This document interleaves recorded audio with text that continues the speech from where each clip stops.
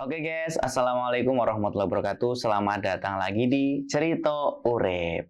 Sejatine kabeh wong kuwi pasti duwe cerita, anjay.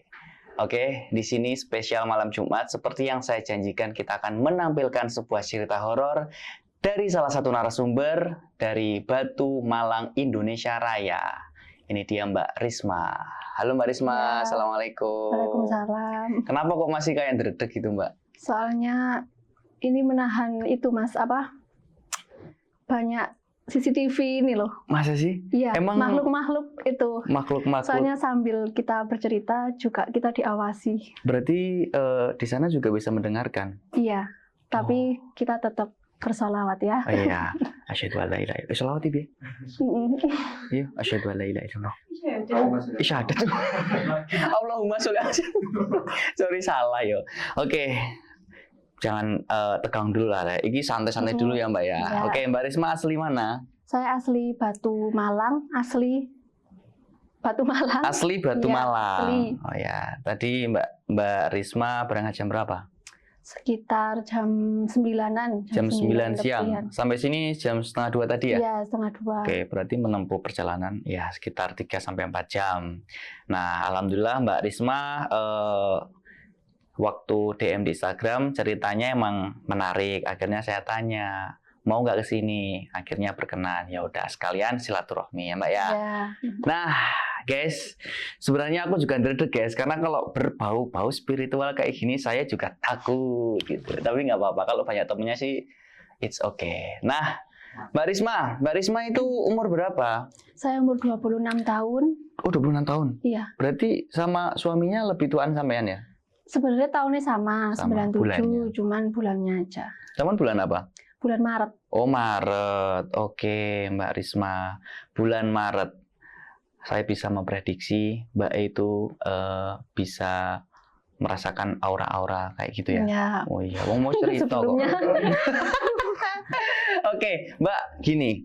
Aku pengen tanya, dengan ceritanya Saman sing di Instagram itu ya nggak terlalu detail karena kan panjang banget ya. Sing sampean alami itu apa sih? Banyak sekali Mas. Dari pertama ya. Pertama itu saya, ini secara umum dulu ya. nanti. Oke. Pertama itu bisa lihat. Bisa lihatnya itu gini. Bukan, kalau orang kan biasanya bisa lihat langsung gitu kan. Kalau saya tuh di sini, di situ ada apa tuh aku ngerti. Serius? Iya. Dijing. Ya awalnya itu memang aku dari kecil udah ngalami kayak gitu. Oh, berarti Ditambah ada masalah dalam kehidupan. Ya gitu. nanti saya ceritakan di selanjutnya tadi. Nanti? Ya itu. Jadi kayak terasah gitu loh. Terasa. Secara Berarti tidak Saman langsung. kayak gitu. Saya nggak pernah meguru atau apa itu nggak pernah ya dari pengalaman Itu hidup itu. kalau Saman bisa ngelihat seperti itu emang turun temurun dari orang tua atau astagfirullah demi Allah aku nggak ngerti tiba-tiba jatuh. Masya Allah Mbak kita lanjut perang Mbak, astagfirullah temenan loh ini serius loh. Nggak apa-apa. Nggak apa-apa ya, maaf yo Saya aku. tak kendalikan. Oh enak. Sumpah guys, serius saya itu guys, itu tiba-tiba Apa sih senjata tadi? itu apa pengharum ruangan demi Allah itu bukan settingan guys, serius. Kayak Sarah Wijayanto aja. Oke, nggak apa-apa. Itu paling kebetulan lah. Iya. Kamu rodok tutup itunya, apa pintunya? Kena angin. Iya, kena angin. Positif thinking. Positif thinking aja. Ini baru permulaan. Nanti jatuh ini Semakin lampunya. panas tadi. Oke, lanjut. Berarti Mbaknya emang dari kecil udah bisa ngelihat kayak gitu ya? Ya Kayak- pernah dibawa itu apa? Dibawa PW itu loh. Sumpah, Umur 3 tahun. di bawah. Iya. Maaf. Sampean di bawah itu masih umur 3 tahun. Saman emang udah bisa tahu itu WW? Udah umur sekitar sekolah baru ngeh kalau itu saya baru di bawah ngeh. itu. Oh gitu. Ya Bob, ceritanya kok bisa di bawah itu piye? Ini nanti bisa dikatkan ya? Bisa di apa? Dikat kan? Maksudnya alurnya nanti. loh, Mas. Alurnya. Saya kan nggak ada alur sama yang itu, nggak kepanjangan. Oh ya nggak apa-apa sih, santai aja. Nggak apa-apa Nggak ya. apa-apa, nggak usah di-cut biar lebih enjoy.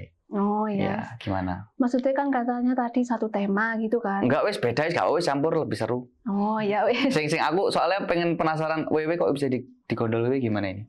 Ya awalnya itu kan kalau dulu Batu kan belum kota kan ya. Oh, iya, Tahun oke. berapa itu kan ya. Terus waktu itu habis kayak mau maghrib gitu, ibuku itu mau ngentasi Kumbahan. iya, ngentasi kumbahan ya. aku tuh ngikutin. Terus ketemu budeku, diajak ayo ikut aku gitu, terus aku ngikut. Ya saat itu langsung tiba-tiba kayak bahasa Jawa itu di kali di sungai ya, kayak barongan gitu loh. Tiba-tiba aku di situ, terus pengen ngomong itu nggak bisa keluar gitu loh, cuman gitu. Cuman sing aku ingat waktu itu kayak ininya itu panjang ya. Ya Allah. Apa payudara? Kalau biasanya nggak bisa ngomong kan kayak di mimpi kan, tapi itu bukan mimpi, itu nyata. Tapi kayak bener di dunia dunia nyata, tapi kayak beda alam gitu loh. Oh gitu. Saya dengar waktu itu hilangnya itu sekitar mau maghrib kan, ketemunya ya jam 9 malaman. Itu reaksi Ibu De sama Ibu Esa kan gimana? Itu di rumah budeku ternyata. Oh berarti waktu ngetes kumbahan halusinasi itu? Bukan, kayak mendo-mendo gitu loh. Iya. Membo. Iya. Oh gitu. Berarti yang ngentasi kumbahan bukan ibu. Bukan, ibuku kan ngentasi kumbahan. Terus aku ketemu sama Bude. Lah aku ikut sama budeku. Sejak saat itu budeku wis hilang, nggak tahu. Aku tiba-tiba kayak di dunia gitu loh. Oh alah, berarti yang ngajak ke dunia itu budenya itu. Ya kan? Bude sebenarnya Wewe itu tadi. Oh, menjelma jadi Bude itu tadi. Terus ibu gimana reaksinya? Dicari satu kampung. Aku nyari. Terus aku cuma seingatku itu dengar ayahku manggil-manggil namaku. Terus mau bilang aku di sini itu kayak terkunci gitu loh. Nah baru ya wis gak tahu, aku seingatku langsung nyampe udah di rumah. Dibalikin berarti. Tapi aku tiba-tiba ngerti kayak dulu dia itu meninggalnya, yang si Wewe ini meninggalnya dia dibunuh, jadi ya kayak Allah. gitu. Berarti kayak kan namanya itu ya itu. Ya, ada namanya lah. Berarti biasanya kayak di film-film kayak si hantunya ini pengen aku ini loh silsilahku dulu. Lek ono kan biasanya ada iki lho kuburanku tolong diapakne kayak gitu. Oh. Itu ya langsung baru ngehnya itu pas waktu udah besar. Udah besar gitu. Aku. Tapi zaman pernah itu pengalaman mistis yang pertama. Pertama kali umur berapa ya? 3 tahunan. 3 tahunan. Iku reaksi ibu kayak gitu gimana? Iya takut, kan anaknya hilang gitu kan Mas. Tapi tiba-tiba kan di rumah, ikut piye? Itu udah aku ditemukan sama ayahku, gak tahu itu tiba-tiba aku bisa ditemukan gitu. Masa? Ya mungkin orang kampung dengan doa atau dengan mitos-mitos yang dikasih kayak peralatan dapur itu loh. Iya, oke. Terus bisa ketemu, itu baru nyampe rumah aku ditanya apa yang terjadi. Kamu cerita semuanya? Saya cerita, aku diajak sama Mbak Tit itu. Bude tadi. Mbak. Oh, Mbak Tit tadi. Oh, gitu. Rodok ngeri ya guys ya. Itu yang pertama. Itu yang pertama. Kecilnya. Oke, tapi sampai sekarang Saman masih bisa merasakan hal-hal. Dan hampir parah karena ini kiriman. Oke, ini lebih menarik lagi, katanya tadi mbaknya itu ini tentang apa? Tumbal pesugihan. Waduh. Wow. Iki rodok mengerikan gitu. Siapa tumbalnya? Saya sendiri. Siapa tumbalnya sampean sendiri? Ya. Dulu aku gemuk loh. Sumpah? Gemuk aku. Ada fotonya? Ada. Ada. Ya udah lama sih aku nggak nyimpen. Oh gitu. Aku gemuk dulu sampai. Kalau ada nanti kirim ke aku, tak buat itu kalau boleh. Wah. Nggak boleh, nggak apa-apa. Biar tahu perbedaannya. Oh ternyata dulu ya berisi lah kayak gitu. Sampai kurus. Oke, ceritakan bagaimana kok bisa jadi tumbal pesugihan. Ya jadi itu sekitar tahun berapa ya, kalau tahunnya saya lupa, cuman sekarang saya usia 26 tahun. Waktu itu dari SD. Ayahku meninggal di umur 1 tahun. Ya? Di umur 7 tahun, kelas 1 SD ayahku meninggal. Terus ibuku nikah lagi. Kelas 3 SD. Itu ibuku nikah lagi. Terus ayah sambungku ini punya temen gitu loh. Punya temen, sebentar ya. Iya. Oke. Soalnya Saya paham. Slow. ini di belakangku soalnya. Izin ya, biar cerita dulu. Di apa namanya, ayah sambungku ini punya temen. Yeah. Terus temennya ini apa ya? Udah kayak dianggap saudara sendiri gitu loh, saking deketnya gitu. Berteman dari tahun 97. Gitu. Jadi susah seneng itu udah ya sahabat deket gimana sih, kayak tumplek-blek itu cerita kehidupan ke orangnya ini. Berarti apapun yang itu diceritakan gitu ya. Terus kemudian orang ini kan juga ngenal aku kan. Lah di situ tuh orangnya kebetulan orang pinter gitu loh, Mas. Temennya? Iya, temen ini tuh si A gitu ya. Ini apa, orang pinter. Banyak yang datang kayak konsultasi tentang kehidupan rumah tangga, tentang spiritual. Pokoknya orangnya tuh kayak sing di apa ya, kayak disegani gitu loh. Maaf, itu maksudnya kalau sekarang nyebutnya kayak ustadz, kiai, dukun atau apa? Kalau ustadz ya bukan. Dukun ya orangnya ya pakaiannya biasa, tapi banyak tamu di rumahnya gitu.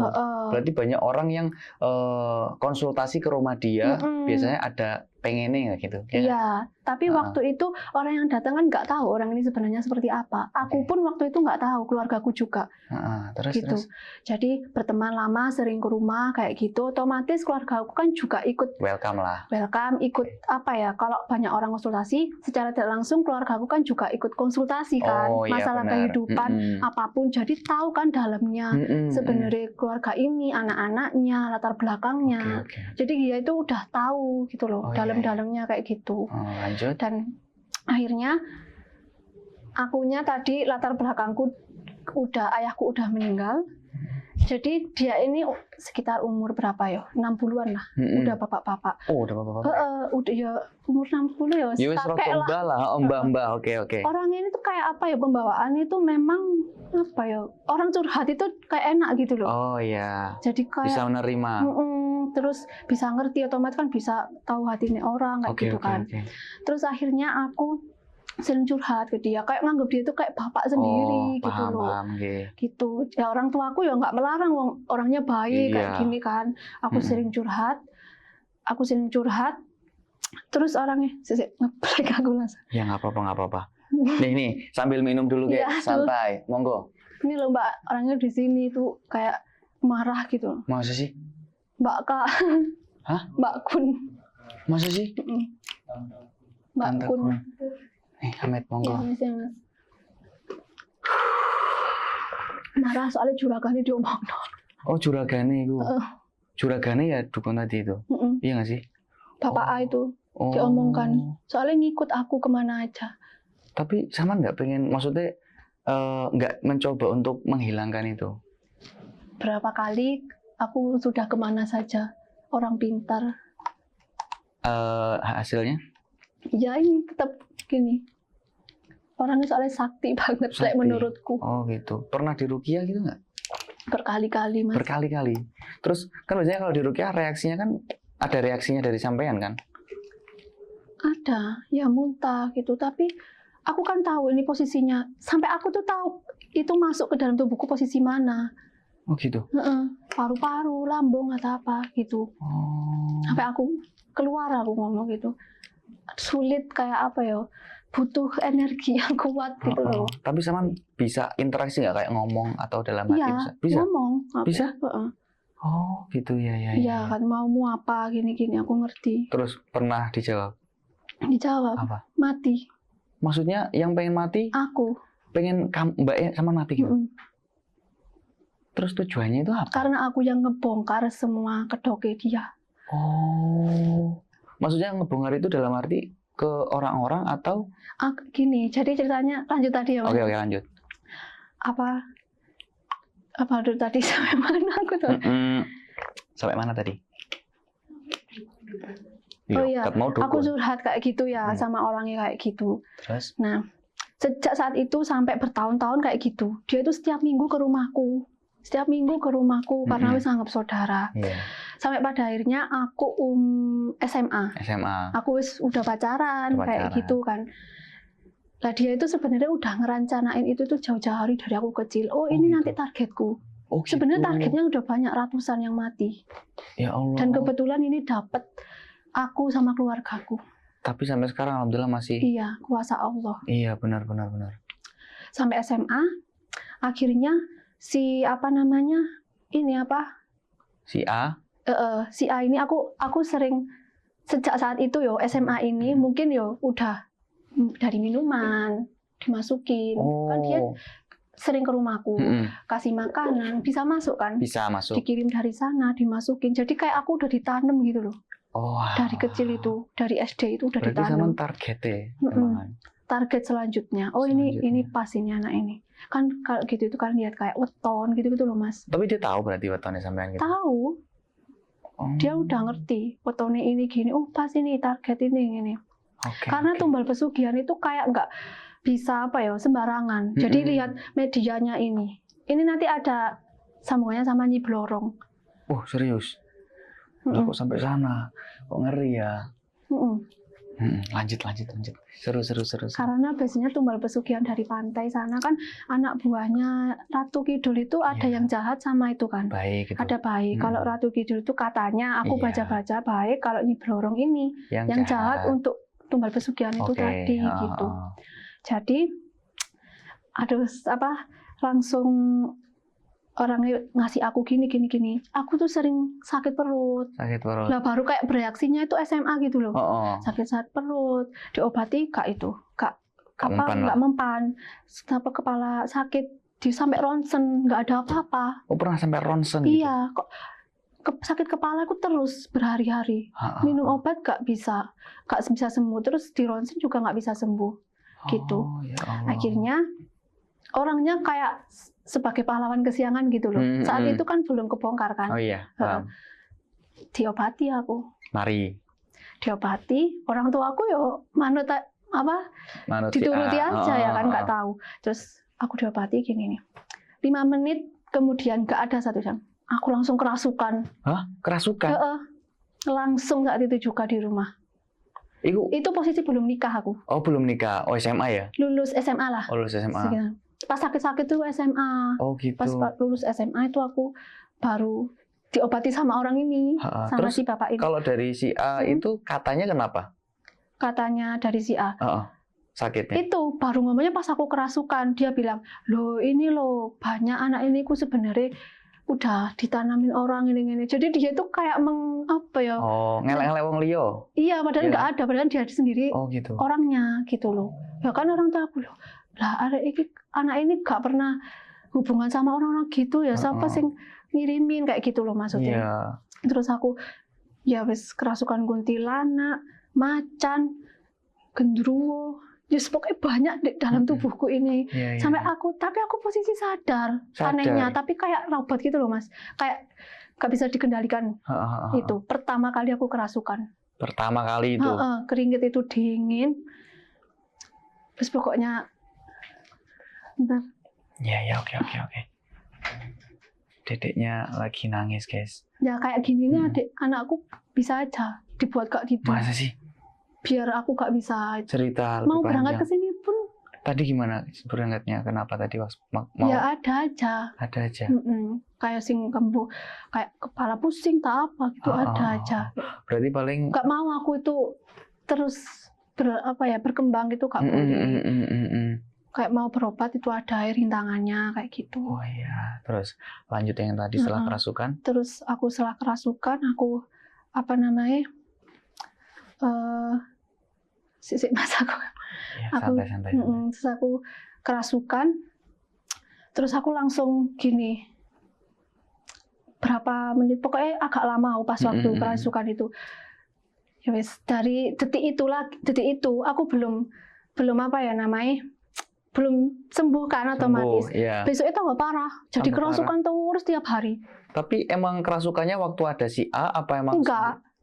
Berarti jadi enak-enak gini semua kerasukan gitu. Jadi gak bisa berkegiatan gitu loh aku. Oh berarti. Sama keluar sama ini kan dulu pacarku gitu.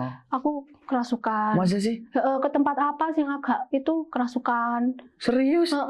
Berarti terus reaksi sebentar. Saman dengan adanya sing saman waktu kerasukan itu si pacar sudah tahu saman kayak gitu. Tahu, termasuk aku diputusno secara paksa, Karena? secara halus sama bapak ini. Oh gitu. Sama pacarku ini, sama suamiku ini. Diputuskan secara paksa, secara goib lah. Iya. Gitu ya, alhamdulillah ini suamiku kuat orangnya. Kuat ya. Tapi suami bisa ngelihat juga nggak sih? Ya agak peka dikit lah, soalnya terlanjur campur sama aku. Oh iya, udah bareng terus ya. Iya juga ya. Oke, lanjut. Aku pengen tahu deh. Kayak gitu waktu reaksi nih saman keluar sama pacar saman terus sama kerasukan. Pas sepeda digonceng. Hah? Tiba-tiba aku jadi kuntilanak. Maksud sih? Iya. Oh berarti koyo Langsung cuma. Terus dia lihat di spion. Nah, paham. Oh paham gitu. Jadi gini loh, apa sih enek koncoku, mbah dia ngenek-ngenek apa enggak? Kan kayak gini percaya nggak percaya kan ya? Yuk tiba-tiba langsung seret goyane dari kuntilanak gini. Iya, kan? itu. Kayak nggak jadi dia, jadi kuntilanak itu kan? Ini gitu ya. Otomatis kalau orang yang itu, kalau orangnya nggak kuat ya, kepribadiannya jadi ganda kan? Oh gitu. Iya kan, ganda kan jadinya. Oh. Dia nggak jadi pribadinya yang full kan? Jadi gampang berubah, yang nggak bisa mengendalikan ya. Yang nggak bisa mengendalikan. Kalau nggak kuat iman kayak gitu. Ya benar. Terus lanjut yang tadi. Terus aku sering bertahun-tahun kayak gitu terus. Akhirnya aku pertama kali berobat itu ke Kediri. Kediri, sini berarti ya? Iya, daerah sini. Aku itu belum ketahuan ya. Yang malah menganjurkan ini si Bapak A ini. Masa sih? Iya, seakan-akan dia itu membantu kan. Oh. Jadi cek gak keluar kedoknya kan. Iya, oke. Si Bapak ini. Karena apa? Yang orang Kediri ini kurang sakti. Oh, sebenarnya temennya? Bukan. Dia sudah bisa nerawang. Oh, yang mau diparani ini kurang sakti ilmunya. Kalah sakti gitu. Jadi ya dia memberikan rekomendasi ke sini. Dari situ enggak tambah, soalnya gini ya maksudnya berbagi ya, maksudnya berbagi. Kalau ada orang yang punya masalah seperti saya, kalau mau berobat kita lihat-lihat. Soalnya takutnya apa? Kalau orang yang memberikan pengobatan kan takutnya dia punya kodam gitu kan. Nanti malah nambah. Sebaik-baik penolong ya tetap Allah. Bener banget guys. Nambah nggak tambah sembuh. Tapi yang saman dibilang sirik ya bener sirik. Iya. Tapi waktu saman berobat ke Kediri tuh ke dukun apa ke ustadz apa? Apa ya? Kayak banyak orang yang kayak antri-antri gitu, loh. Dibilang dukun ya kayak dukun emang. Tapi malah obat yang semacam kayak saya gini. Tapi emang nggak ada hasilnya. Nggak ada hasilnya. Terus yang kedua Tulungagung. Itu orang. Yang rekomendasiin? Bukan. Oh bukan. Ya bukan. Ini apa ya? Memang tahu cari info ke Tulungagung ini beda agama. Orangnya Kristen yang ngobatin aku. Nah, lah itu agak kebongkar. Aku di sini ku ditaruhi ular. Hah? Di Katanya ya. Yang bawah. Katanya ya. Aku kerasukan. Oh kerasukan. Ditanya, siapa yang nyuruh gini-gini? Kamu bentuknya apa? Aku jadi ular waktu itu. Pas kerasukan aku jadi ular gini-gini gitu. Oh terus? Terus orangnya tahu aku ditaruh di sini. Ditarik ini.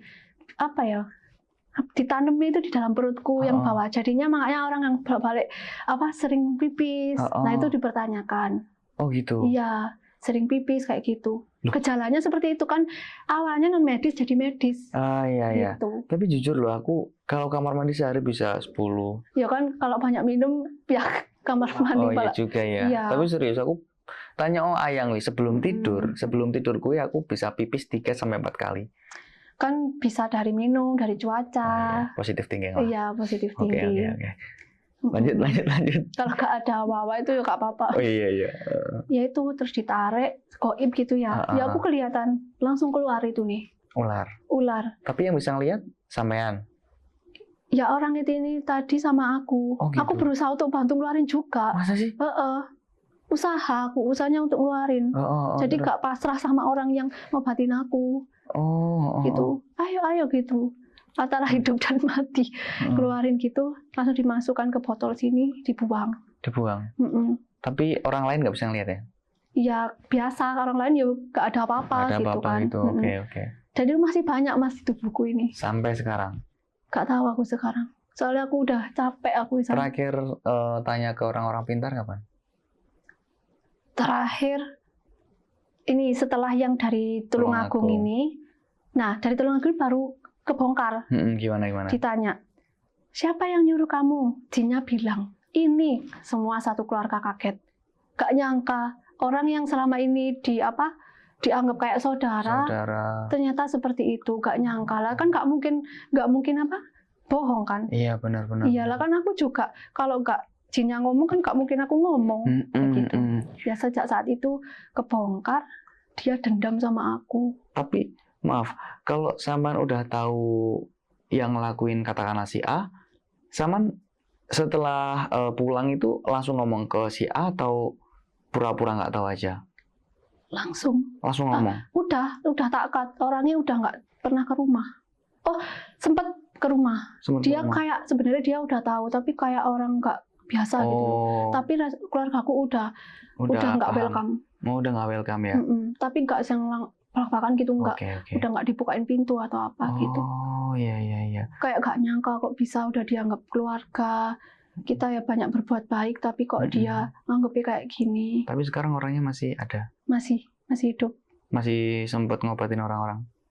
Gak tahu aku kalau itu. Soalnya aku udah nggak nyari info tentang orangnya. Udah. Jauh nggak sih rumahnya dari Saman? Malang kota? Malang kota. Berarti kalau ke rumahnya Saman berarti jauh dong? Ya sekitar 1 jam. Iya, 1 jam kan? Segitu.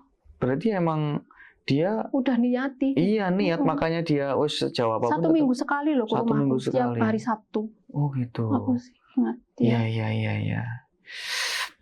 Aduh, kok rotok mengerikan gitu. Masih ada aura-aura yang marah nggak? Itu ngawasi kayak liatin kayak. Ngeliatin aku nggak? Ke aku sih marahi. Masa sih? Kayak mangkel gitu loh, kayak apa sih?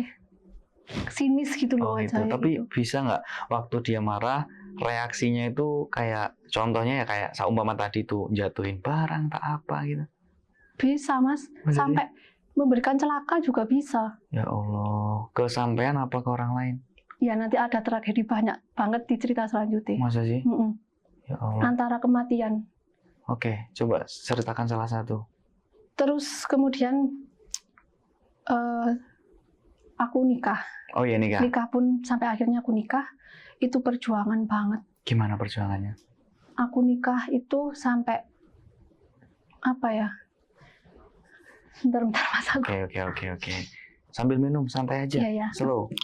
Aduh, aku baru pertama kali podcast horor, kau langsung kayak gini.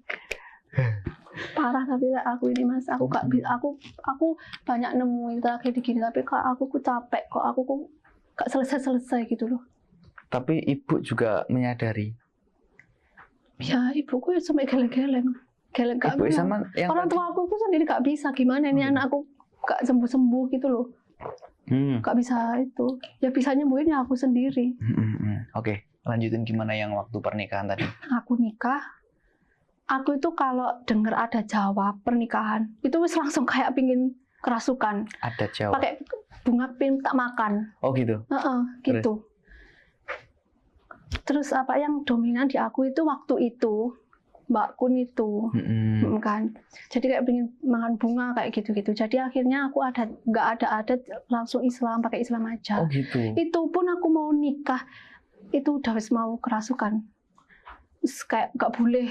Intinya aku tuh harus yang jatuh, mati, bunuh diri karena dia dendam kebongkar itu tadi. Secara tidak langsung kan banyak kedengeran dari orang-orang yang pernah ke rumahnya. Dia nggak mau kayak gitu. Iya. Terus akhirnya aku menikah. Aku tuh sering, di rumahku kebetulan kepingin orang itu ingin satu keluarga ini mati gitu loh. Oh gitu. Namanya itu kalau nggak salah rumpun sebambu. Itu nama ilmu hitamnya. Rumpun sebambu, jadi orangnya dimatikan satu persatu. Nah, kebetulan nenekku. Jadi kalau orang yang kena gitu, itu dilihat dari kepribadiannya, dari ketauhidan dalam hatinya, keimanan. Ada orang cuma sholat aja, kita nggak tahu hatinya kayak gimana kan. Benar. Ya kan. Kebetulan yang nggak kuat ini nenekku. Nenek sama Dewi. Iya, awalnya dia perutnya sakit. Sasarannya kan nenek, terus siapa lagi yang sakit? Nah di situ yang pegang ujung tombak aku di dalam rumah. Oh. Aku yang, oh ini ada apa, aku langsung ngomong gitu loh, biar nggak ada terjadi apa-apa. Ya kayaknya, walau alam, kayaknya nenekku kena ini. Tapi sekarang emang meninggal. Udah nggak ada? Udah nggak ada. Sakit juga ya? Kayaknya kena orang itu. Ya Allah, kok Ininya bisa? dibulat ular, Mas. Tiba-tiba kakinya itu kecil gitu. Oh, tapi dengan secara goib ya? Goib. Oh. Kalau orang itu kalau di Barumasnya nggak ada apa-apa. Nggak ada apa-apa? Oh, emang berarti sempat ke rumah sakit juga? Nggak ada apa-apa. Gitu. Sampai akhirnya nenek nggak ada? Nggak ada. Terus mari campur-campur terus akhirnya aku menikah, dengan berjalannya waktu punya anak. Dalam proses melahirkan? Mengandung, banyak rintangannya. Gimana contohnya? Kayak bayiku tuh kayak jebet-jebet gitu loh. Masa? Iya, anakku ini di dalam ini kayak namanya Mbak Kun kan suka anak kecil kan ya. Oh iya. Kayak dijebet-jebet gitu loh, ke sana sini gitu. Oh. Kalau malam, jarak sini gitu. Sampai padarnya aku pas lahiran, itu perjuangan aku mas hidup dan mati agar kan itu jadinya kayak si bapak ini kesempatan. Dia pas memperjuangkan kan sakit kan melahirkan kan. Ini kesempatan. Nah, aku tuh ya Allah aku doa agar selamat, akunya selamat, anakku selamat. Udah anakku keluar, itu banyak tragedi juga. Tiba-tiba di atas kepalanya bayiku itu ada belatung. Nyata. Sumpah demi Allah. Aku gak berani bohong ini sumpah. Terus. Alhamdulillahnya aku tahu loh. Ini apa kecil segini loh, banyak. Enggak tahu. Terus reaksi orang-orang di sekitar? Aku yang tahu dulu. Tapi orang-orang tahu juga? Tahu kan, soalnya udah tahu ceritaku kan keluarga. Loh ini apa nih? Wah ini. Kebetulan ayah sambungku juga orangnya tahu juga gitu loh. Oke. Juga yang ngerti kayak spiritual gitu tahu orangnya. Jadi gak apa-apa gitu. Jadi gak kemakan emosi, gak apa-apa. Kudu lebih kuat dalam benteng imannya. Benar. Tapi aku kan juga kepikiran, aku punya anak, dia apa-apa gitu. Tapi nggak apa-apa kan ya? Sampai sekarang anakku itu nggak pernah tidur sore. Tidurnya 1,5 2. Dari bayi sampai sekarang. Sampai sekarang? Kalau ada mau kiriman, dia nggak tidur. Masih bayi. Mau ada kiriman gimana maksudnya? Kalau sama ada kiriman, kan sekarang aku masih perang, Mas. Hah? Sampai sekarang masih perang? Aku setiap malam kan tidurku malam-malam sampai sekarang. Dalam arti perang itu gimana sih? Gini loh yo. Kalau orang dukun gitu kan ngirim kayak gini. Contohnya sini perbentengan kayak gitu. Maaf. Contohnya sing lagi viral kayak kemarin di sosial media kayak sing sampean tahu Banaspati. Iya. Kayak gitu. Iya. Kalau itu ngirimnya sosok itu untuk menyakiti yang ada di rumah. Oh gitu. Tapi sampean percaya nggak sing kayak yang kemarin viral itu tiba-tiba di rumahnya kebakar sendiri tanpa ada alasan? Aku mengalami itu. Mengalami? Di rumah? Aku mengalami. Mobilku terbakar. Sumpah? Iya. Mobil yang ini apa yang mana? Bukan yang ini, yang di rumah. Gimana ceritanya itu kok? Jadi ceritanya gini, tadi udah anakku tadi itu kejadiannya seperti itu. Sampai anakku ya juga dikirimi leak juga pernah. Jadi anaknya gak bisa tidur gini-gini, nangis 3 hari. Aku lihat atas ya? Orang di rumah gak tahu apa-apa, tapi aku ngerti. Wah ini leak. Setiap malam dia ada di atas lemari. Berarti ngelihat ke sana terus? Dia situ nangis terus tiap hari. Jadi aku tuh dibikin kayak sumpek, dibikin itu gak kuat biar aku bunuh diri. Iya benar. Terus, yang diinginkan kan itu gitu loh. Iya. Jadi anakku ya alhamdulillah anakku ini kuat gitu loh. Udah berjalannya waktu tragedi itu, terus pas waktu mobilku ini waktu itu ada kayak rusak dikit gitu loh. Terus sama tukang ini kayak dielas ada kayak bocor gitu loh Mas. Dielas tapi udah mewanti-wanti, aki itu udah diambil, menghindari soalnya udah paham kan. Segala gerak-gerik itu diawasi sama itu. Dielas, kebetulan rumahku itu pangkalan LPG. Bayangkan. Oh, jualan tuh? Jualan pangkalan LPG. Oke. Waktu itu dielas, di rumah cuma aku aja sama adikku, sama tukang ini yang betulin mobilku ini. Tiba-tiba tes di itu nyala api. Terus di kursinya lep kebakar. Aku itu langsung cari bantuan. teriak-teriak, gak ada yang denger katanya. Ada yang dengar. Padahal aku tuh udah sampai habis suaraku. Waktu itu aku gendong anakku nyuapin maem. Tapi Tadi, tapi itu nyata kan? nyata di depan. Ludes itu mobilnya. Berapa persen ya? 40% lah. Tapi setelah itu warga ada yang datang nggak? Belum ada. Belum ada. Yang tukangnya itu panik, yang adikku itu ambil air gini-gini gitu lah. Aku tak pikir satu, ini gas di dalam rumah ini banyak. Oh iya, tapi nggak sampai masuk.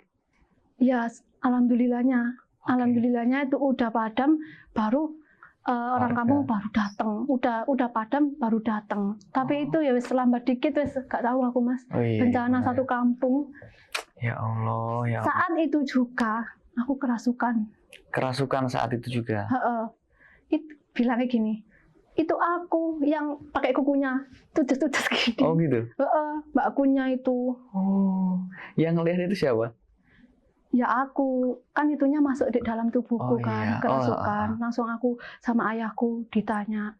Oh. Nah, terus kan sejak ayahku kan juga ya cari pengobatan, mungkin aku gak dibawa dia gini. Dia tahu, ngapain nanti nyerang-nyerang juraganku, rasain ini gitu. Mbak itunya bilang. Mbakkunya gitu. Terus malah ya akhirnya ya alhamdulillah masih diberi keselamatan. Sampai sekarang ya. Ya Allah. Ya kalau kayak gini kan percaya nggak percaya. Cuman Mbak benar-benar mengalaminya sendiri. Karena emang aku sendiri jujur ya Mbak. Aku sendiri itu emang aku nggak peka sama sekali. Ya makanya alhamdulillah sih aku nggak bisa lihat yang seperti itu. Ya maksudnya aku nggak pengen kayak gitu juga. Jadi biasa itu luar biasa Mas. Ya. Jadi luar biasa itu seperti ini. Ya. Berarti zaman istilahnya kayak indigo nggak sih? Ya aku gak bilang aku indigo sih Oke. Mas. Cuman apa ya?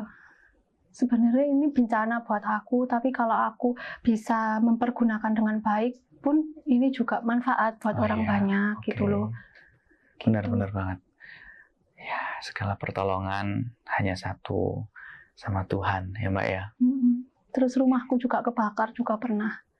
Duh kok makin ngaco. Lah herannya itu cuma barangku yang kebakar. Apa nih? Barangku aja yang kebakar. Barangnya doang yang kebakar. Ya apa itu? Waktu itu kan lampu mati.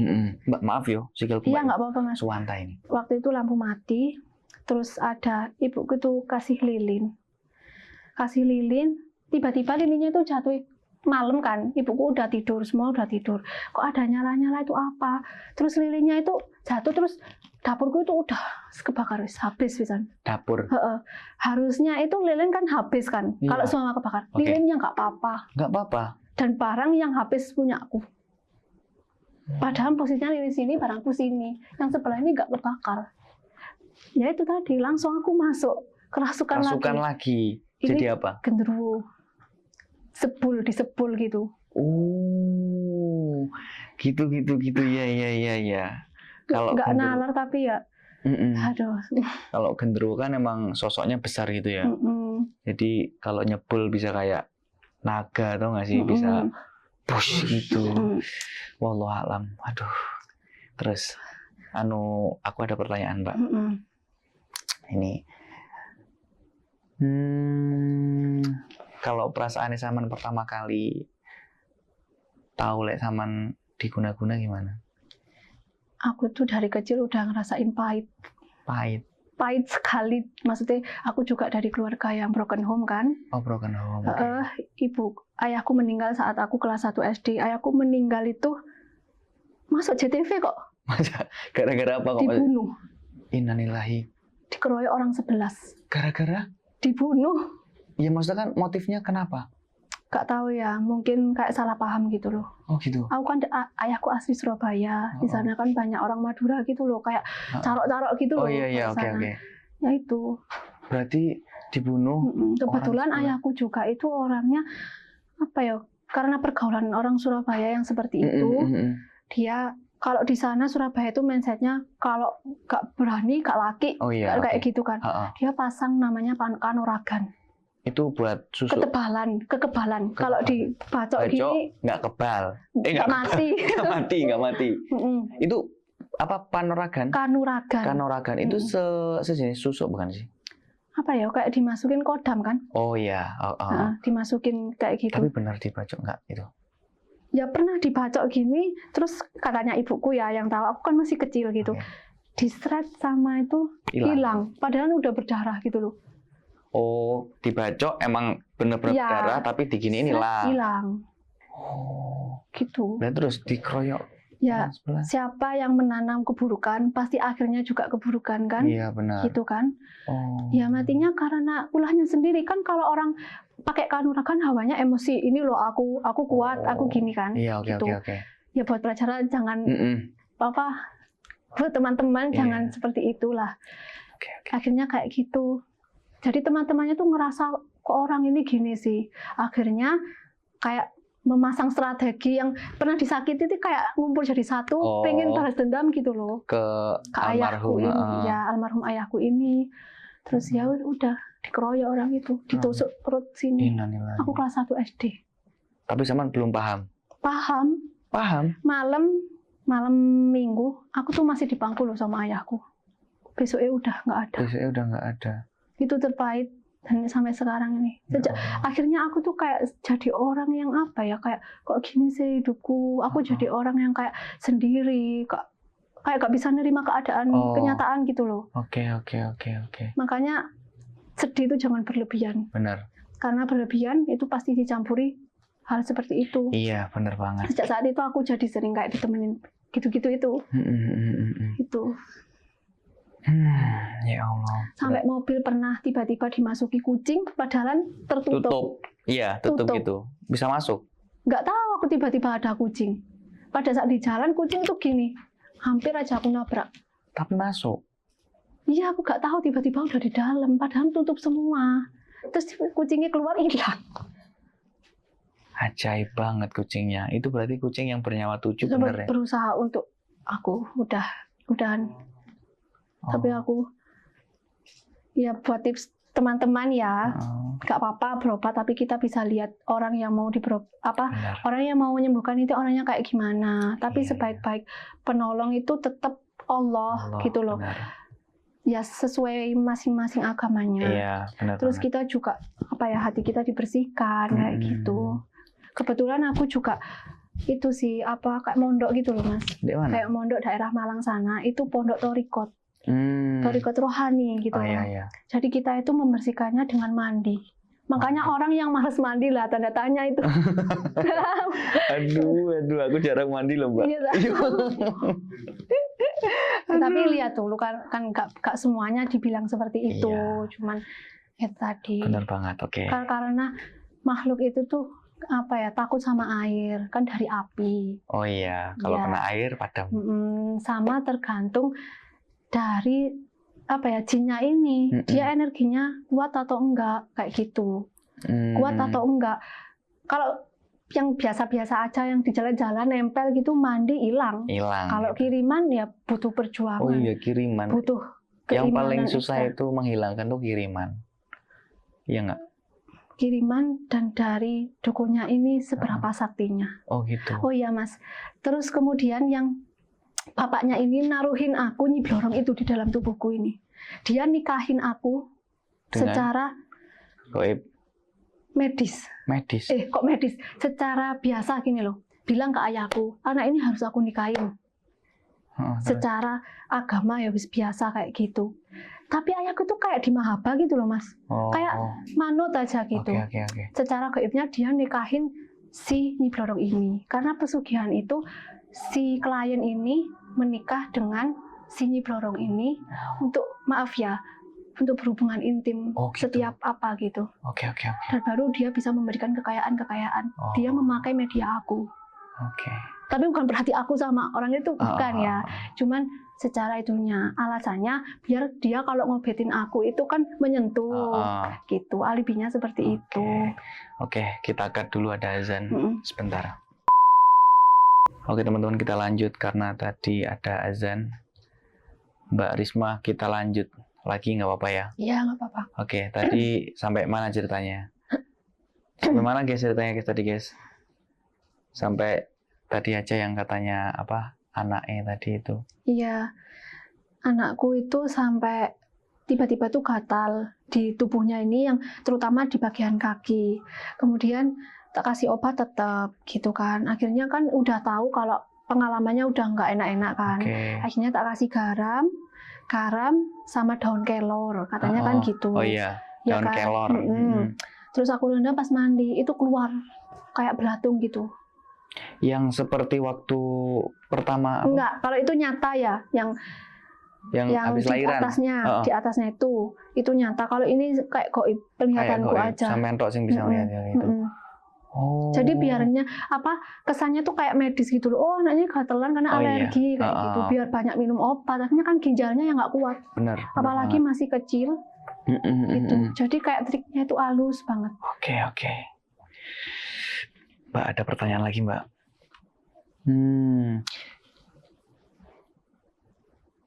Kalau Saman sendiri punya kodam nggak? Aku nggak tahu ya, Mas, punya kodam. Tapi sewaktu aku SMP, aku sering kayak gak nerima kenyataan. Karena trauma itu kan masih ada setelah meninggalnya ayahku ini. Kayak ya alhamdulillah aku perempuan ya. Coba pasti aku dendam sama orang yang bunuh ayahku ini kan. Ayahku ditusuk sini, ininya kepotong. Ya Allah, serius? Iya, kepotong. Di pasar, namanya Pasar Keputaran. Itu keroyokan di situ kan, sering Surabaya kayak gitu. Gak ada yang mau. Tahun 2003. Ayahku umur 28. 28. Ya Allah, saya sak podo aku ndure sithik rek. Ayahku dipotong ininya, kena. Waktu itu ayahku lari kayak udah diincer, udah di belakang gitu. Diincer gini-gini, kayak ada yang ngikuti dari belakang. Akhirnya ayahku sembunyi, dilihat kok kayak sepi gini, langsung wes tusuk dari belakang. 11 orang. Itu malam? Ada yang di bawah umur. Malam? Pagi. Soalnya ayahku kan pagi ke pasar. Belanja gitu loh, Mas. Belanja ya itu. Udah tahu kayak kesehariannya gimana. Berarti... Kayak dicari apesnya kan pasti ke orang pinter.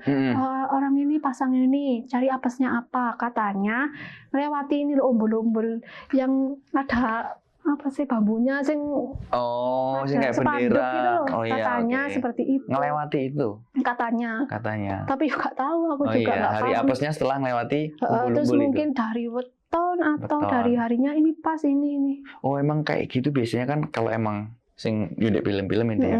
Kalau dibaca kayak gitu emang bisa kebal, tapi bisa nggak kebal kecuali waktu ada hari apesnya itu ya. Pasti ada hari apesnya. Sama ya, karena kalau memang umurnya segitu Allah.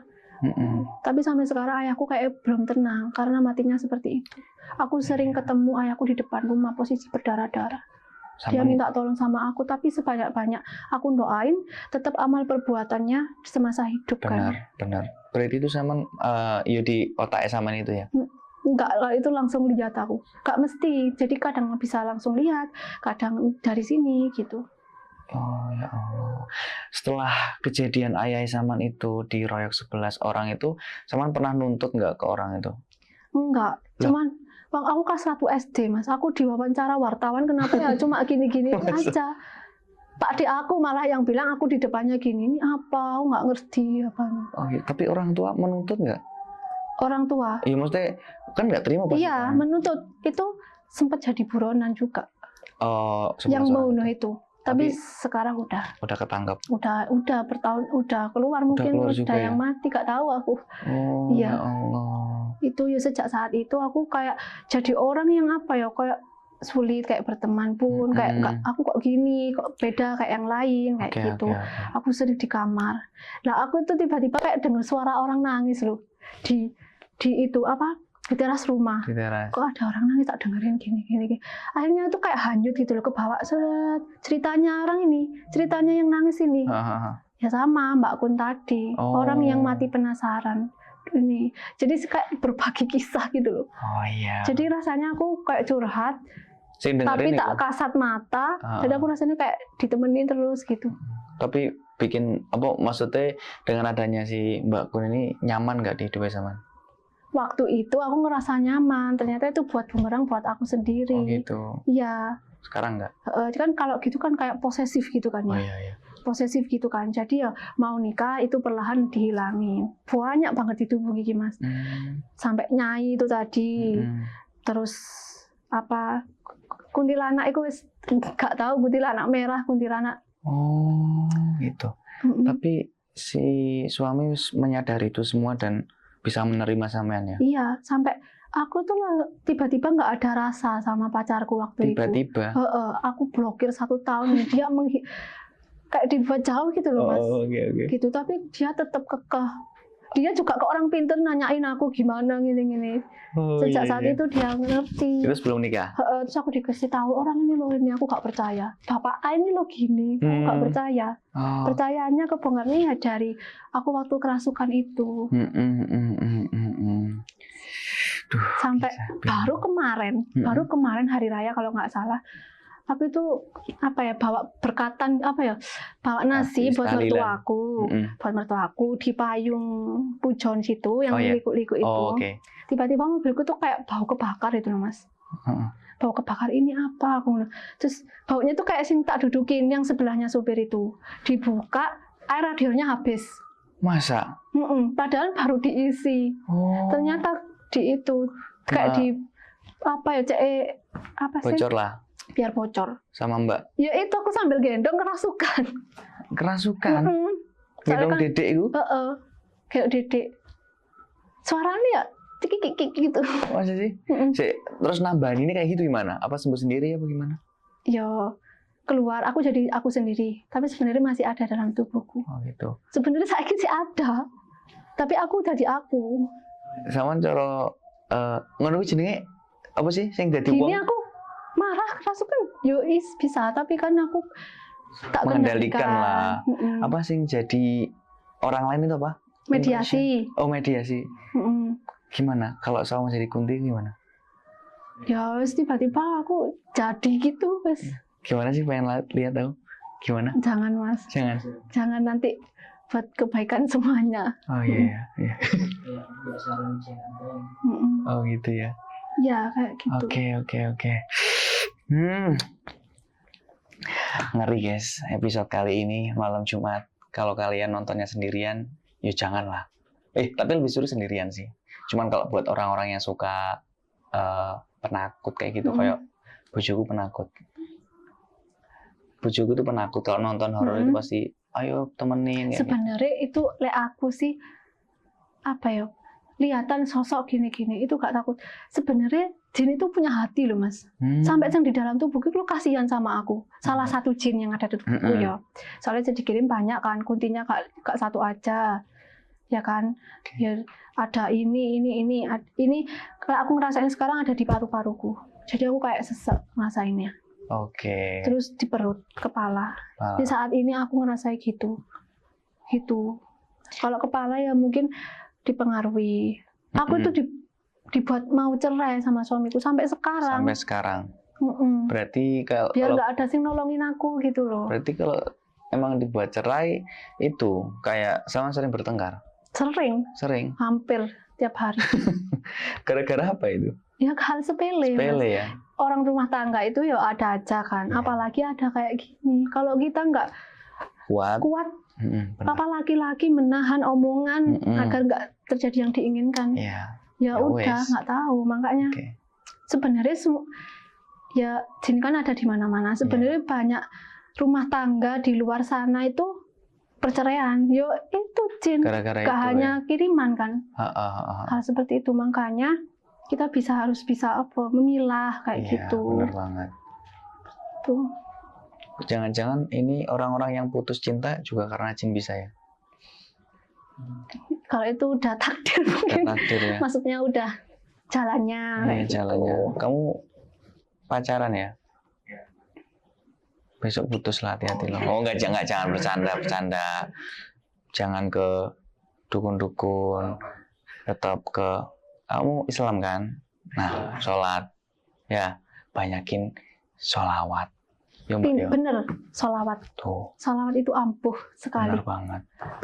Ya semuanya ampuh, cuman dimanapun tuh sholawat. Allahumma sholli ala Muhammad. Allahumma sholli ala Muhammad tuh benar. Kamu bisa nggak? Muhammad. Aduh, Mbak Saman pernah menceritakan nggak kayak gini ke sosial media? Enggak. Gitu? Nggak pernah. Pertama kali. Tapi Saman punya YouTube. Iya, punya YouTube. Apa? Tentang apa? Cerita gini. Iya, ada ceritaku seperti ini ya tentang Islam, tentang Al-Qur'an. Gini, orang kebanyakan. Kok malah sungkan tuh Mbak kali. Nggak apa-apa, Mas. Maaf ya Mbak ya. Kadang orang itu kan punya apa ya, belajar syariat Islam. Ya aku bukan menggurui ya Mas. Maksudnya aku berbagi apa yang saya tahu untuk teman-teman yang di sini. Kita itu baca Al-Qur'an.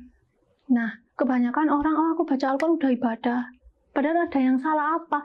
Loh, baca Al-Qur'an. Tapi bagaimana prakteknya dalam kehidupan sehari-hari? Oke, benar. Gitu kan. Jadi apa? Makanya kita harus baca Al-Qur'an itu artinya kita memahami baru dipraktekkan. Kadang kita syariat itu penting, tapi apa ya, belajar untuk thariqat rohani. Kalau orang yang seperti itu jadinya apa? Meskipun ibadah dia tidak sombong, ya kan? Terus kita habis ibadah ke orang tua, kemanapun itu tetap apa ya? Ya ingat tadi loh bentengannya. Itu sih aku terapkan saat ini. Aku banyak ngambil hikmah dari perjalanan kehidupanku saat ini. Memang sakit, tapi ternyata ini aku tuh kayak ngerasa gini loh. Ini biasa-biasa aja. Maksudnya aku nggak ada tragedi sing serangan dari sana. Biasa-biasa aja. Coba namanya orang kan nggak harus kusuk terus kan Mas. Pasti kan kita juga menginginkan dunia. Kita kan imbang ya antara dunia dan itu. Kadang sholat pun aku sholat ya wis sholat gitu aja. Tapi ada lebih baiknya kita dzikir. Kita apa ya, mengirim Al-Fatihah yang udah meninggal, Al-Fatihah ke para nabi, ke rasul, malaikat kan kayak gitu. Kadang kita kan juga punya waktu mungkin mau kemana gini, kayak gini-gini. Itu masuk Mas, bisa kelolosan. Masa? Dari sananya ngirimi. Di sela-sela itu. Sampai berarti aku mungkin kurang ya ibadahku. Jadi aku kencengin dalam ibadah. Jadi gak hanya sholat 5 waktu gitu. Bener. Makanya lek sholat, yo sofeku harus rapet, ben gak ono celah untuk setan masuk. Kan jarene wong-wong gitu ya nggak sih? Ojo malah sak meter. Aduh. Oh ya Mbak Saman punya YouTube juga ternyata. Tentang syariat Islam gitu. Iya, tentang syariat Islam, tentang ya kisah-kisah apa ya, kisah tentang Islam para nabi kayak gitu. Saman dubbing atau kelihatan wajahnya atau hanya sekedar tulisan dikasih lagu apa gitu? Ya sekarang masih dubbing sih Mas. Soalnya memang karena apa ya, kondisinya, keadaannya. Sebenarnya pengen kayak gitu, tapi cuman karena kondisinya itu tadi. Sekarang namanya apa YouTube-nya? Fakta Islam. Fakta Islam. Ya, tapi di situ aku selipkan sebuah kisah nyata dari masalahku ini, mungkin dari masalah apa yang aku dapat. Di situ aku masukin ilmu-ilmu, bagaimana menyikapi hal seperti itu. Terus kemudian ada Al-Qur'an itu aku mengartikan secara umum, biar orang itu gini loh. Aku ingin berkreativitas di dalam ya media sosial lah seperti itu. Di situ apa ya? Apa sih Al-Qur'an ini? Bukan hanya Arab. Contoh surat Al-Baqarah. Ini apa? Dalam kehidupan sehari-hari itu apa sebenarnya? Jadi orang tuh bisa gampang menyerna kayak gitu. Ya selain itu ya apa ya, cerita-cerita sejarah-sejarah kayak gitu. Mbak Saman itu ustazah toh? Tuh kan. Aku lek ustazah sungkan aku. Sikilku ketemu munggah-munggah ngene ning ngarepe ustazah. Cuman ya itu Mas, aku tuh belajarnya dari itu. Aku juga nggak ngaji sing ngaji sing itu. Tapi aku pernah, itu sebuah langkah pengobatan. Udah mentok ke pengobatan kemana-mana. Aku mondok di daerah Malang. Gak apa-apa disebut namanya. Boleh, silakan. Namanya Baitul Mukhlasin. Di situ pondok pesantren. Orang Malaysia juga pernah, artis ini loh yang bangun tidur udah meninggal itu loh. Mbah Surip. Almarhum Mbah Surip itu. Nah, itu pernah masuk situ. Itu lagunya terinspirasi dari pondok itu. Habis tidur lagi. Bangun itu. Bangun tidur lagi. Ya itu. Itu mondoknya bukan mondok-mondok yang kayak pada umumnya. Jadi itu kayak di kamar, kita nanti namanya itu Islamnya dibaiat. Dibaiat sama yainya yang di situ. Dibaiat itu kayak apa ya, dimintain sama Allah, dibukakan pintu, dibantu untuk apa ya, mata batin. Bukan mata batin sing spiritual ya. Iya, oke. Apa ya, biar kita bisa diterjunkan ke hatinya gitu loh. Kayak gitu, udah masuk ke kamar. Kalau Islamnya itu zuhud namanya. Zuhud itu kita benar-benar naruh dunia. Kita taruh dunia semua, anak, istri, suami, harta kita taruh. Di situ kita benar-benar di dalam kamar yang dilakukan hanya sholat, wudhu, tidak baca Al-Quran ya, sholat, wudhu, Al-Fatihah. Makanya Al-Fatihah kan ada keunikan, kedahsyatan Al-Fatihah kan. Iya, benar. Al-Fatihah ke para nabi, para rasul, kayak gitu. Kita di situ kita amalkan seperti itu, sama mandi. Mandi juga ada tata cara untuk membersihkan itu, membersihkan yang ada dalam tubuh kita, biar gak gampang emosi, gak gampang itu. Namanya tuh mandi sedulur papat limo pancer.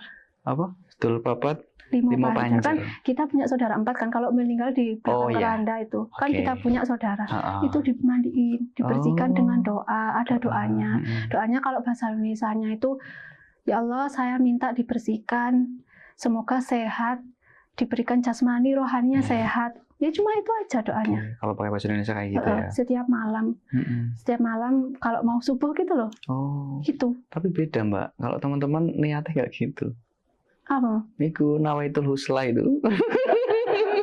Ini nawaitul husla. Iya. Aku baru dong, Mas. Baru dong, Mbak.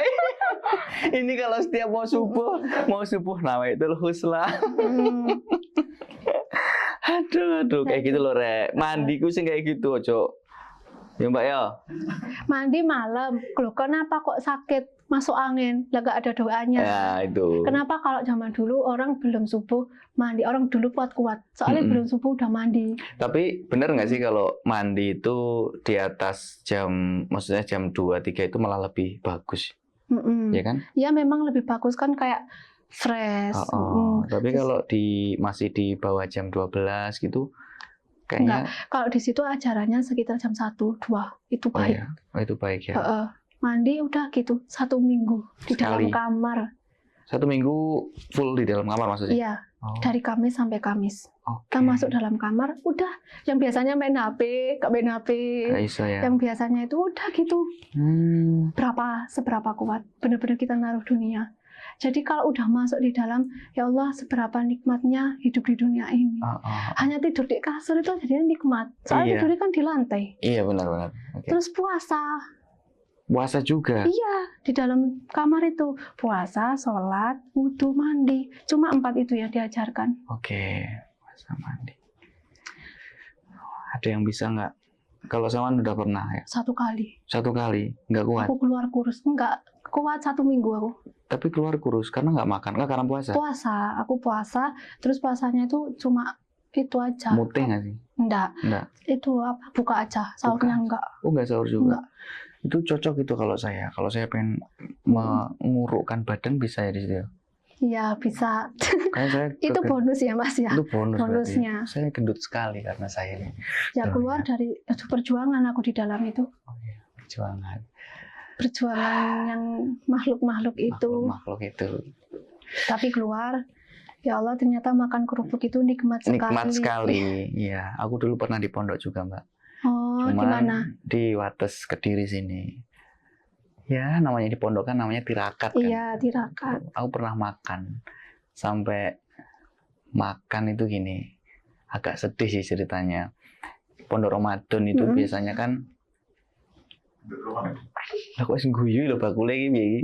Jadi ada pondok Ramadan. Pondok Ramadan itu biasanya sekolahan kan namanya apa ya? Namanya pondok Ramadan. Nah, pas itu setelah apa ya? Pokoknya kalau makan siang berarti bukan pondok Ramadan dong. Poso beduk masuk. Iya. Enggak, berarti acara halal bihalal. Oh iya. Nah, halal bihalal. Ramadan kok halal bihalal? Setelah itu hari raya. Setelah hari raya. Semuanya setelah hari raya. Jadi sampai ngerasain di mana kayak orang-orang itu makannya nasi bungkus semua dari rumah kan. Sedangkan saya yang di pondok itu ya opar pembungkus ya gitu. Jadi saya makannya tahu nggak Mbak? Apa? Setelah yang bersihin itu biasanya waktu dulu di pondok itu ya ada kangkangnya namanya, kang ya kan. Nah kayak gitu.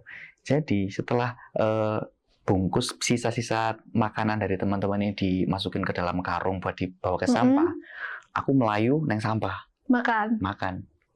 Serius. Jadi aku masih cari sisa yang masih, biasanya yang paling enak itu Kentucky zaman dulu kan. Kentucky. Biasanya kan orang makan kan menye-menye nggak habis apa. Itu tak makan, Mbak. Di tempat sampah itu. Serius. Jadi sampai saking di pondok ya namanya tirakat juga kan, pengen ngerasain makan Kentucky ya apa sih, sampai ngambil di situ. Aku lagi ngebayangin lagi, ya Allah, ternyata aku pernah sampai kayak gitu juga. Perjalanan hidup seperti itu. Iya, benar banget. Jadi makanan kayak tempe, tahu sekarang itu senikmat banget. Oh ya Mbak Is, tadi YouTube-nya apa namanya? Fakta Islam. Fakta Islam. Nah, buat teman-teman kalau pengen tahu YouTube-nya Mbaknya, pengen ya. Nama kalau sebenarnya yang satu itu memasak, ya? Aku juga memasak. Punya konten memasak. Memasak, namanya Arsi Nadia. Namaku kan Arsi Nadia Karismawati. Arsi Nadia Karismawati. Iya, panggilannya kan Risma. Tapi Risma. Yang di YouTubeku itu Arsi Nadia. Arsi gitu. Nadia. Berarti ada 2 YouTube. Satunya buat Fakta Islam, satunya Arsi Nadia. Itu tentang masak-masak. Yang Arsi Nadia untuk masak. Nah, buat kalian kalau pengen tahu kesehariannya atau pengen belajar tentang Islam, monggo di Fakta Islam. Kalau pengen tahu seputar tentang bagaimana cara memasak, di Arsi Nadia tadi. Jangan lupa di-subscribe juga. Oke, ini pertanyaan terakhir, Mbak. Iya. Karena sudah sore juga.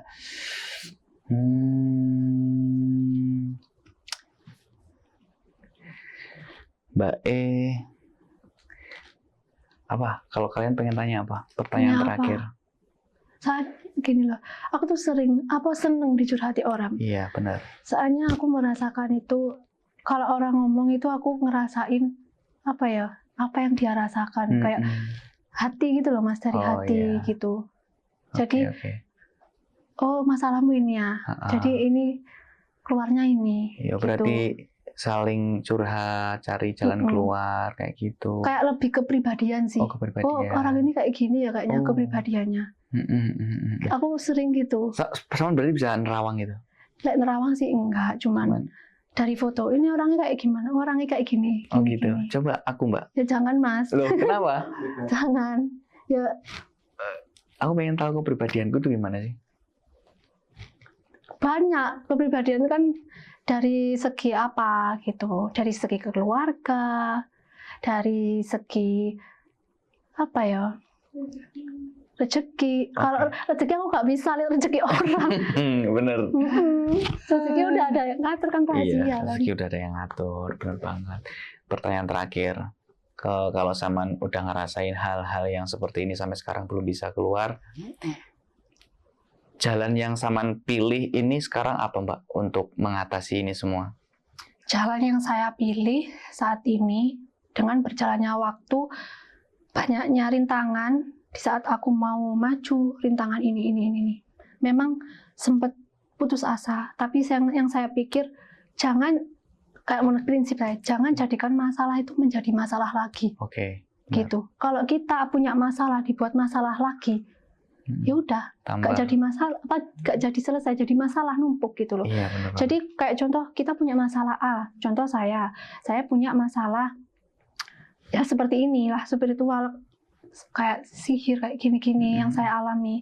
Tapi kalau saya terfokus dalam hal itu, akhirnya apa? Mindset saya kan jadi sedih, jadi putus asa. Sesuatu itu bisa masuk gitu iya, loh. Benar. Sama halnya sama orang yang nggak pernah mengalami ini. Kalau contoh masalah keluarga, kita marah, sedih. Nah, bisikan setan itu di mana-mana, jin ada di mana-mana. Kalau kita terlalu fokus sama masalah itu, kita nggak bisa jernih dalam kehidupan kedepannya, gitu kan. Jadi kita fokus, udah apa yang kita lakukan ke depan, kita berusaha menjadi orang yang mempunyai vibes positif, ya kan. Benar. Kita lakukan apa yang lebih penting. Kalau kita seorang ibu, ya kita harus memikirkan suami, kita memikirkan anak. Jangan karena punya masalah, oh aku karena sakit ini, aku nggak mau ini, jangan. Karena pada dasarnya manusia itu kalau udah di dunia, ya tugasnya apa? Kalau di dunia ya wes istri yang ngurus suami, mendidik anak karena amanah. Benar. Seorang anak ya patuh sama orang tua, kayak gitu. Kalau suami laki-laki ya tetap kerja meskipun apa kendalanya, saling memberikan apa ya, terbuka dengan pasangan, seperti itu.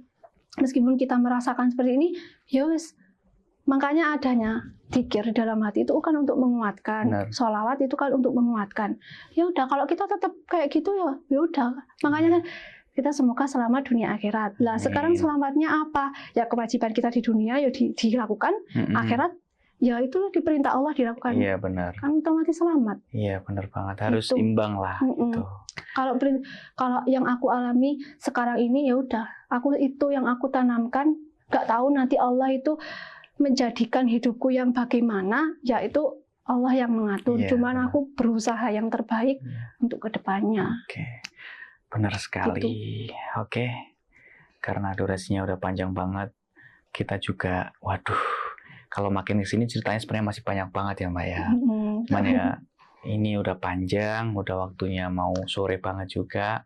Terima kasih banget Mbak Risma sudah mampir ke sini dan bercerita tentang cerita uripnya. Tuh, kapan-kapan kalau saya mau dipanggil ke sini lagi buat cerita, ya mau apa-apa. Ya. Monggo. Ya, siap. Dan buat teman-teman, buat kalian yang pengen nonton tadi tentang Fakta Islam, langsung aja ke YouTube-nya Mbak Risma, YouTube Fakta Islam. Kalau pengen tahu tentang seputar apa? Masak atau cooking, ke Risma Arsina Rismadia. Arsinadia, pakai Y nggak pakai I. Pakai Y nggak pakai I. Di sini ting editor. Ting kayak gitu. Oke, cukup sekian. Terima kasih yang udah nonton. Jangan lupa di like, comment, subscribe. Semoga kalian sehat selalu dan assalamualaikum warahmatullahi wabarakatuh. Bye bye.